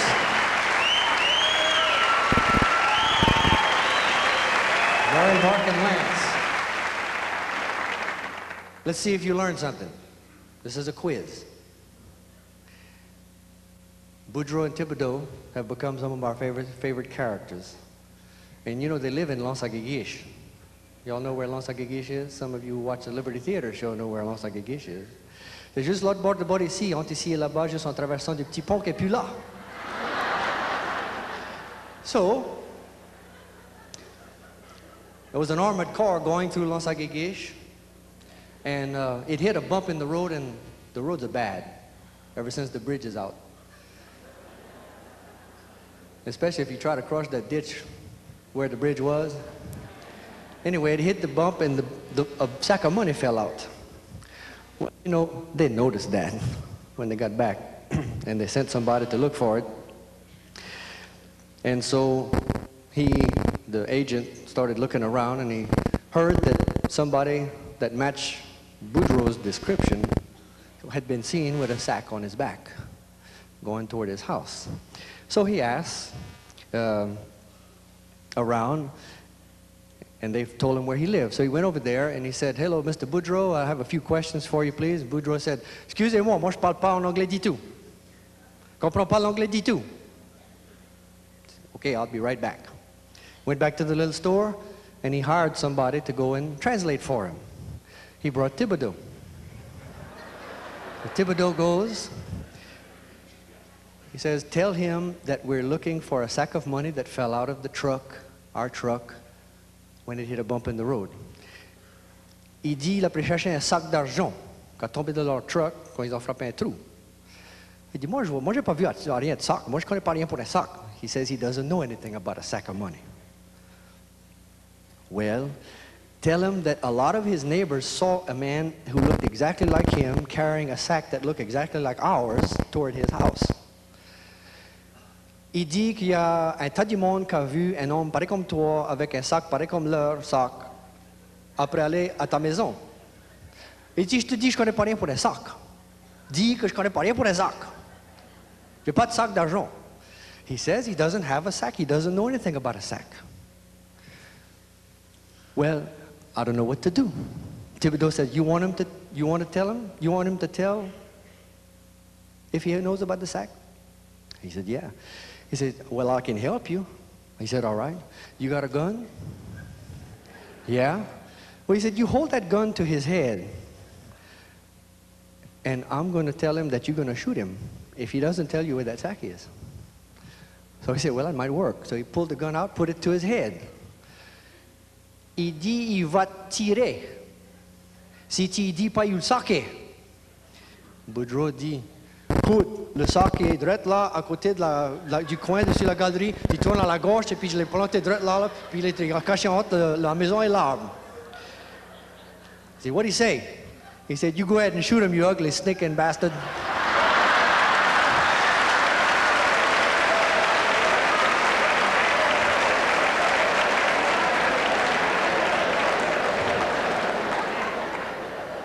Just got to pay attention. And now I would like to introduce to you the wise guy who got the idea to do all of this. Started last year on his own and had the brilliant idea of opening it up to some of our area's finest storytellers and comedians. And we're so delighted he did, and we're so delighted that he brought the oral tradition into Festivals Acadiens celebration. He's a former winner of the International Joke-Telling Contest in Opelousas. He's a runner-up on Showtime's Funniest Man USA contest. Just back from a stay in Branson, Missouri. Would you please welcome the man in the red tennis shoes, Mr. Ralph Begnaud.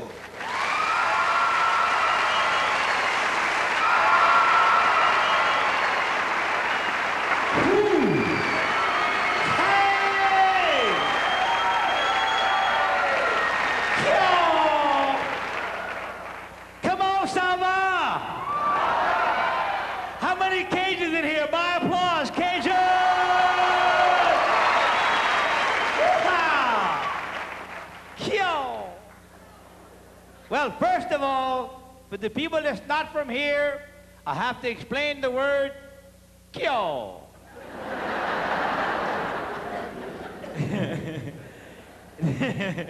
How you explain that?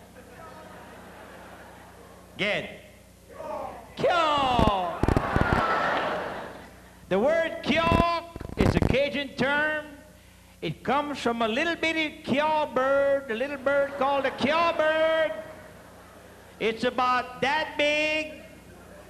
It lays an egg about that big. And it turns around and goes, Keeyaw.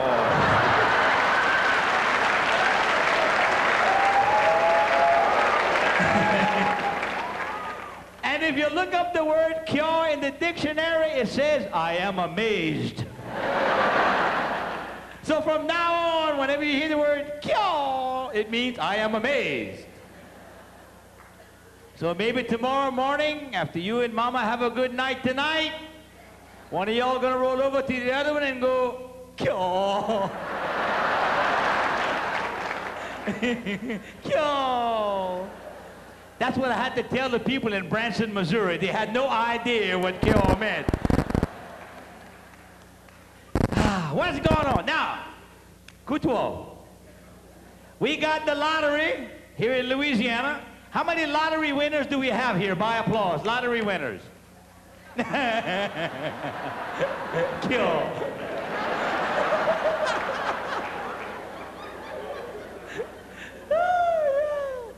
How many people here voted for the lottery because the teachers were going to get a pay raise? By applause. How many teachers do I have in the audience tonight? By applause. Did y'all get a raise? Keeyaw. Louisiana politics, go figure. Ain't no way. The only thing that I seen that the lottery gave us was I work by myself, Couillon.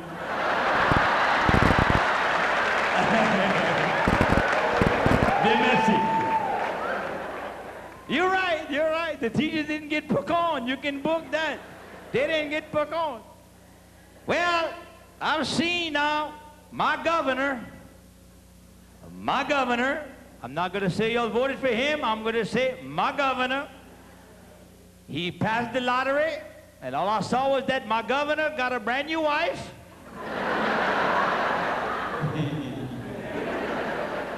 My governor is 66 years old, and his new wife is 29 years old. Kill!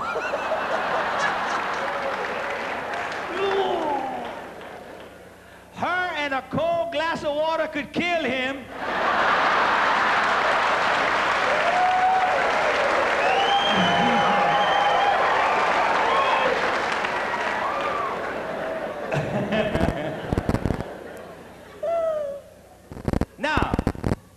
Now we got, in the state of Louisiana, we got video poker. Video poker. Before it came to Louisiana, it was in Biloxi. All the Cajuns used to get on them buses and go to Biloxi. Anybody from Biloxi, Mississippi?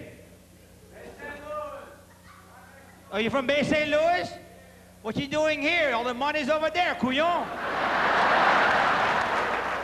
Leave our tax money alone, okay? Just...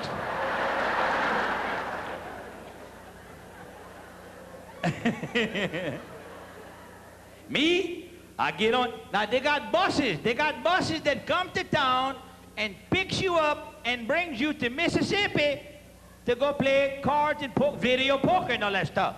You understand what I'm telling you? I get on the bus. I go over there.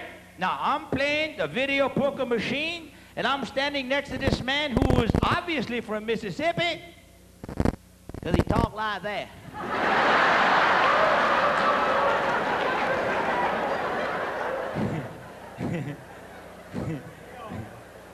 He had an accent.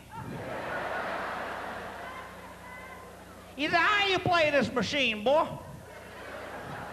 I went, "Yo."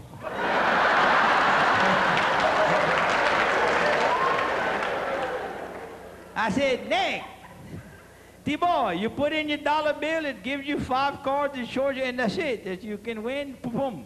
He goes, "Okay." He took out his dollar bill, he put it in, it gives him his first 5 cards. Clack, clack, clack, clack, clack, clack. You know how they make that noise? He got the king, queen, jack, 10 of hearts, and an off card. All he needs is the ace, and he gets a raw flush. That's an instant $500. He flips draw, clack, it turned around. He caught the ace.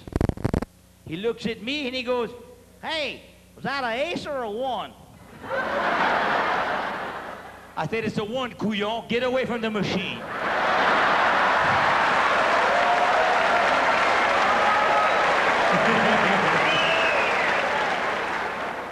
It started paying off. Clack, clack, clack, clack, clack. He goes, "What's that noise?" I said, "The valve's a bad neg. It needs oil. Get away from the machine."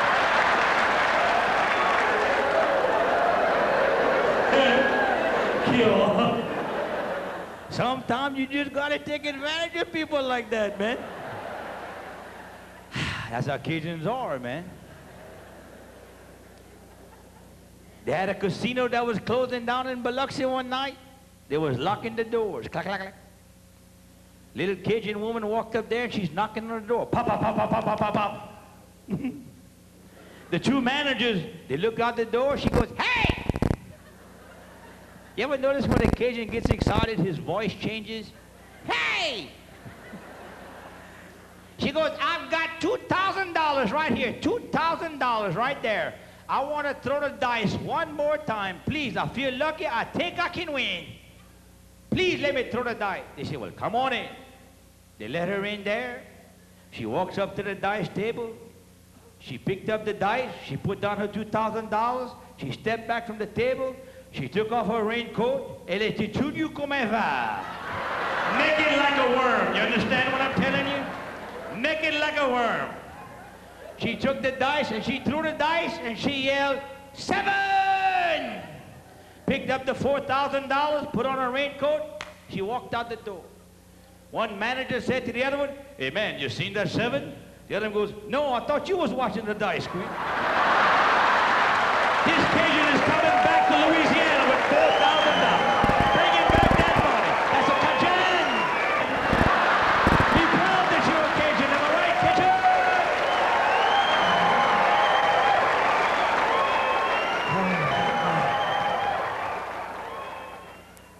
Now, women, back me up on this, are not Cajun men the most hard-headed things you've ever seen? T'appelles ça en français, you call that in French? Tête de. Hard head. That's hard head, that. Get. Women, will not a Cajun man ride around until he runs out of gas before he'll stop and ask for directions?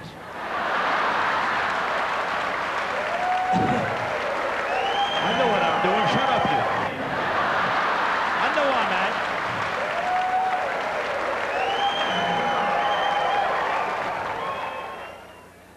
And you ever notice when they start running out of gas, they lower the radio?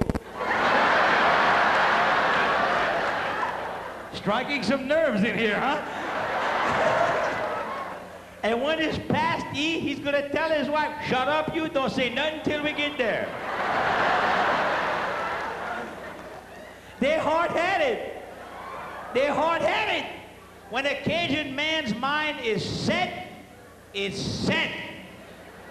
When he made up his mind, he has made up his mind. Comprends? You understand what I'm telling you? Now, women, back me up on this. Cajun men are not the most romantic people in the world. You see, look at women going, oh no.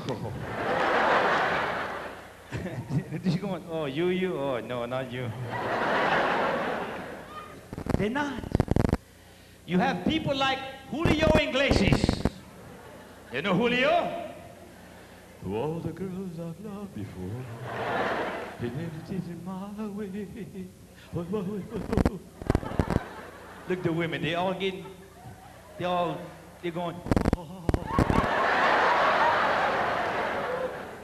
Now, a black man will walk up to his woman and he will sing to her. He will walk up to her and he'll say, why don't you tell me where it hurts now, baby? And I'll do my best to make it better.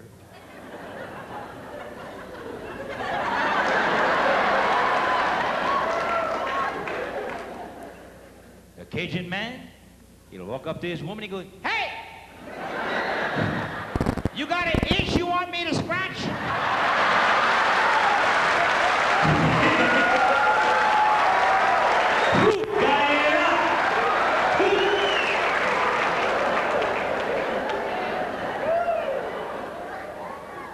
It's the truth.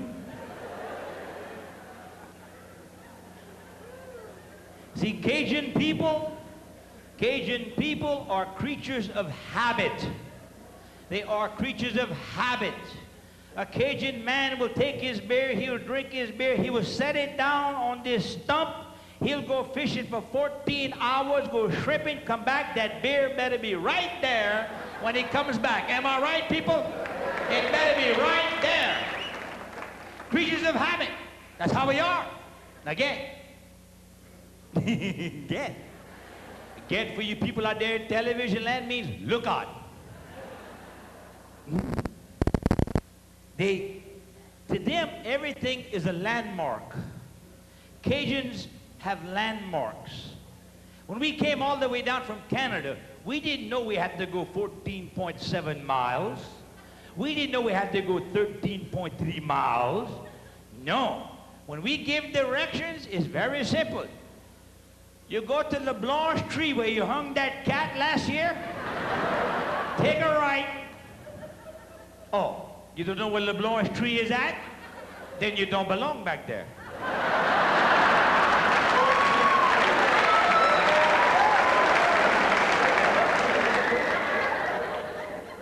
Or they'll give you this thing. Oh yeah, go to the red light, turn straight. If that don't give a Yankee a brain cramp, nothing will. You understand what I'm telling you? Turn straight. And then they go straight, straight, straight. What's that, 3 miles? Landmarks. That's how we give directions here.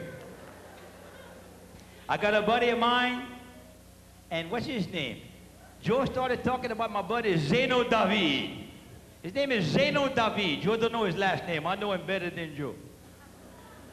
Zeno David, his daddy was the manager of the trash pile.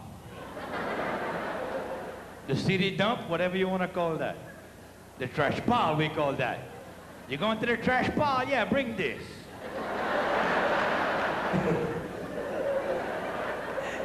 The trash pile, yeah, it's the trash pile.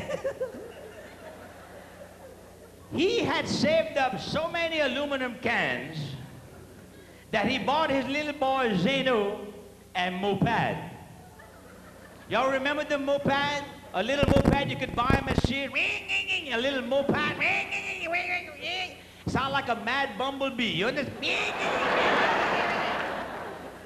And he told his little boy, his daddy said, he says, Zeno, he says, T-boy, he says, look, whatever you do, don't take that motorcycle out of this trash pile, no.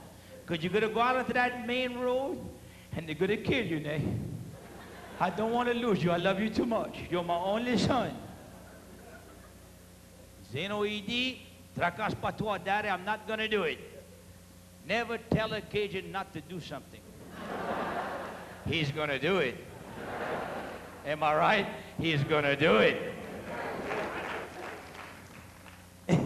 So one day, Daddy was way in the back over there burning some trash. Zeno, he'll be right around you, see some moped. He saw Daddy way in the back. He goes, oh, now's my chance. He went out on the main road. He comes up to a red light, and he's sitting at a red light. Now, you got to picture this. This is a Cajun Hell's Angel on a moped.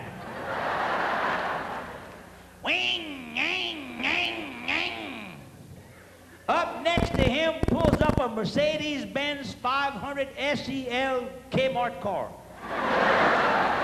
A big pretty thing. Zeno's going,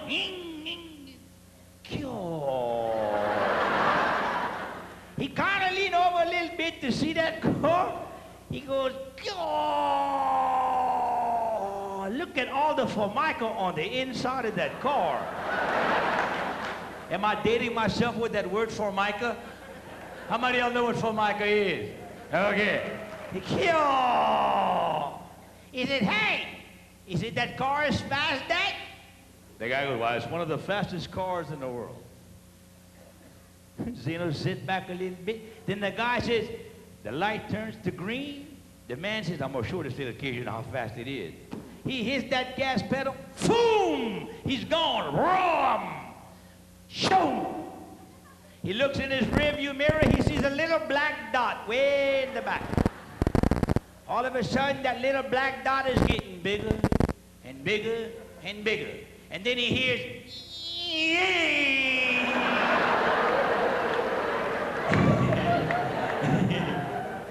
he looks in the front of him, and all of a sudden it's coming back.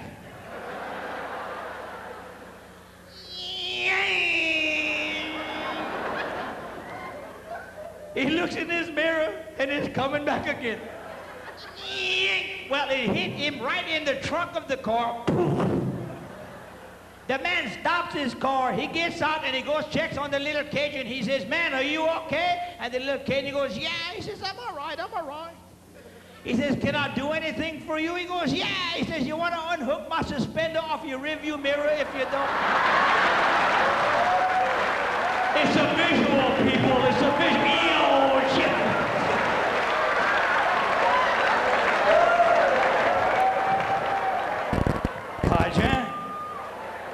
Cajun. That's how we are, man. Cajuns have one thing nobody else has got, and it's called joie de vivre. Am I right, my Cajuns? Cajuns needs to leave that here.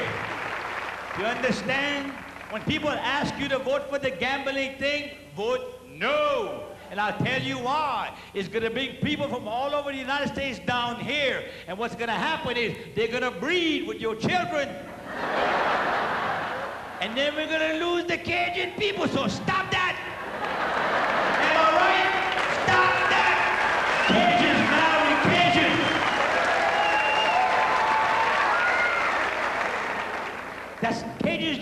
Cajuns got this thing called common sense. I mean, you can never get us in a bind. We can never be in a bind because we can think that fast. Okay. I have a man who flies me every now and then when I do shows out of town. He flies me to New Orleans, to Houston, to Crowley. It's a long trip from here to Crowley, man. He was flying his airplane. Now, one day, we was in the airplane, and the weather was kind of bad. I mean, it was mauvais. It was bad. I said, hey, T-boy. I said, whatever happens if your dashboard goes out? Your instruments for you people not from here. What happens if you lose all your radar and all that stuff? He goes, Patraka, man, no problem. He said, I'll reach between my legs. I'll grab a fifth of whiskey. I'll drink about half of it, and I'll put it on a dashboard, and I can see if the plane is level that way.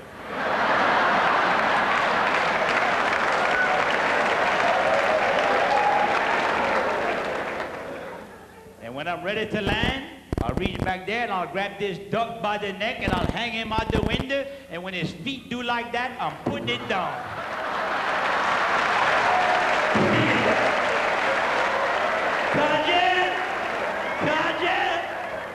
That's just the way he is.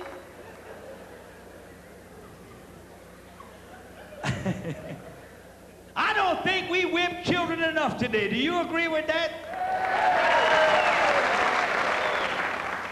I don't mean beat them, no. I mean whip them. When you was a kid, did you not get whipped? When mama said, go get a switch. Don't come back with this, no. Mama's gonna go outside and put up the whole azalea tree. You understand what I'm telling? Oh, no. Oh, God. Oh, no. Yeah, it's true.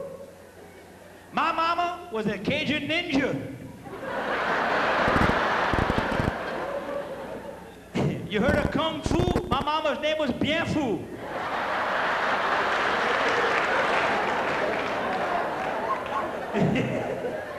You know how them ninjas got those little metal stars that they can throw in Keeyaw, those little metal stars? My mama had a wet dish rag, people. She could kill a chicken at 20 feet. You understand what I'm telling you? And don't ever think you can say something bad about your mama, because the minute you turn that corner, whoop! Am I right? Touch some nerves, touch some nerves. I get to travel, Keeyaw.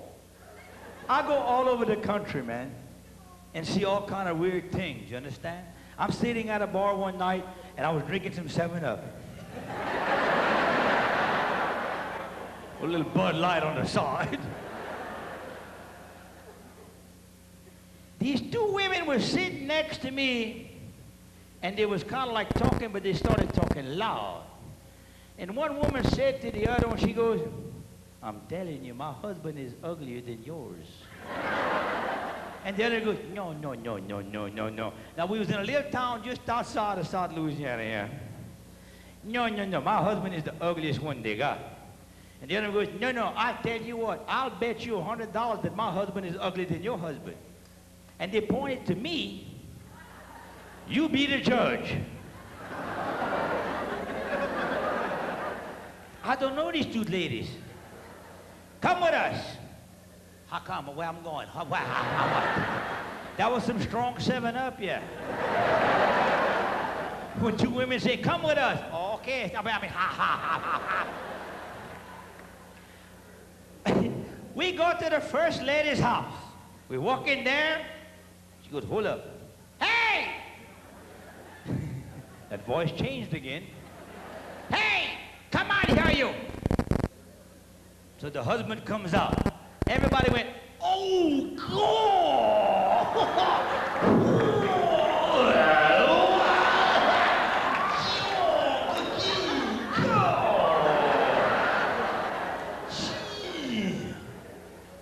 Man, I'm taking the $100 bill out, I'm fixing to give it. The other one said, oh, no, hold up. You haven't been to my house yet. So we got into the Vega. Good, you caught that. That's cool, thank you. We went to the other mobile home. We went to this nice, right next to the mobile, there's a great big beautiful house. We walk into the house. She goes, y'all hold up right there. She walked into the kitchen, she goes, Raph, come see, come help me. She goes, come help me move this table. We pick up this table, we move it out the way. There's a carpet on the floor right there. She goes, help me move the carpet. So we roll up the carpet. Now there's a trap door under the carpet. Don't get ahead of me, people. She opened up the trap door. She goes, hey! Come out here, you! You can hear the husband, he's going, you want me to put a bag on my head? She says, no, I don't want to make love to you. I just want to show you to somebody.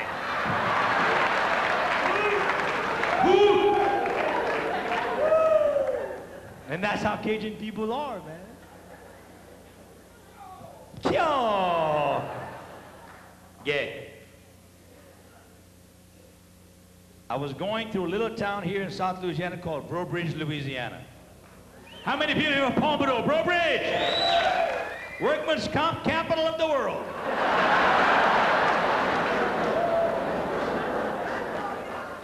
I'm driving through there and I see this great big revival tent. I mean a big tent. And grow tent. Me, I'm thinking festival. I'm going hot dog, you know. I walk in there, again, it was a revival meeting. A revival meeting, blood and glory, what's going on? I'm sitting back there and the preacher's going, now brothers and sisters, I can heal you, I can take care of you, I can fix whatever you have, I can heal you. All you have to do is believe. You have to have faith. You have to believe. Little old man, he walked up there on some crutches. The reverend looked at him, he goes, do you believe, my son? The little man, he goes, oh, yeah, nah. He goes, I believe you. I believe I got faith. Oh, my eyes is crossed now. I got faith. Yes, indeed. So the preacher, bam, hit him in the head. Boom, he threw his crutches. Now he's the cock at the bayou. He can walk. The man, you notice how they walk like a rooster? He can walk. This little woman walks up to the preacher. She's got glasses that's tick, tick, tick, tick, tick, tick, tick. Coke bottle, tick. do you believe? She goes, oh, Yatty boy, I believe. I think you're better than Jimmy, I believe. Oh, some of y'all forgot about Jimmy, huh? Yeah. Ah. Wham, he hit her in the head. Wow, she had 40-40 vision. She's like an eagle, boy. She could see for miles. The preacher's walking out the church. There was a man there in the wheelchair. The preacher walks up to him. He says, man, do you believe? He goes, oh, yeah. He says, I believe. He says, do you have faith? He goes, oh, yeah, I got faith. He goes, come here so I can heal you. He goes, oh, no. He says, I'm on workman's comp.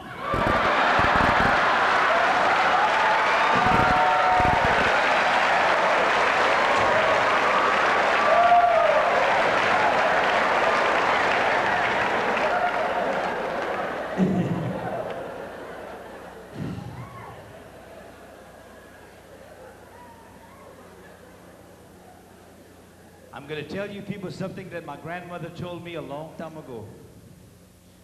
She said, Raph. She couldn't say Ralph. It was Raph. If everybody would practice the 10 Commandments, we'd have no need for the 11 o'clock news. Am I right? Am I right? Am I right? Bien merci. Mon nom c'est Raph Begno. Bien merci. Bien merci. Bien merci. Thank you. Thank you.